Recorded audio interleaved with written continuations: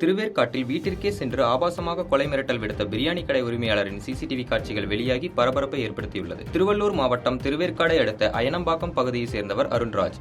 தனியார் நிறுவனத்தில் வேலை செய்து வருகிறார். இவரது வீட்டின் அருகில் தனியாருக்கு சொந்தமான பிரியாணி கடை செயல்பட்டு வருகிறது. இந்த கடையின் உரிமையாளர் தமிழரசன். இந்த கடையின் முன்பகுதியில் அதிக அளவு இருசக்கர வாகனங்கள் நிறுத்தி வைக்கப்பட்டு வரும் நிலையில் இடையூறாக இருப்பதாகவும், கழிவுநீர் வாகனத்தை வைத்து பிரியாணி கடையில் இருந்து கழிவுநீர் எடுத்த நிலையில் இதுகுறித்து அருண்ராஜ் என்பவர் கேட்டுள்ளார். இதனால் அருண்ராஜை அப்போ ஆபாசமாக பேசி கொலை மிரட்டல் விடுத்ததாக கூறப்படுகிறது. இதுகுறித்து அருண்ராஜ் திருவேற்காடு காவல் நிலையத்தில் அளித்த புகாரின் பேரில் திருவேற்காடு காவல்துறையினர் அப்புவை கைது செய்து ஜாமீனில் விடுவித்தனர். இந்த சம்பவத்தால் அங்கு பரபரப்பு ஏற்பட்டது.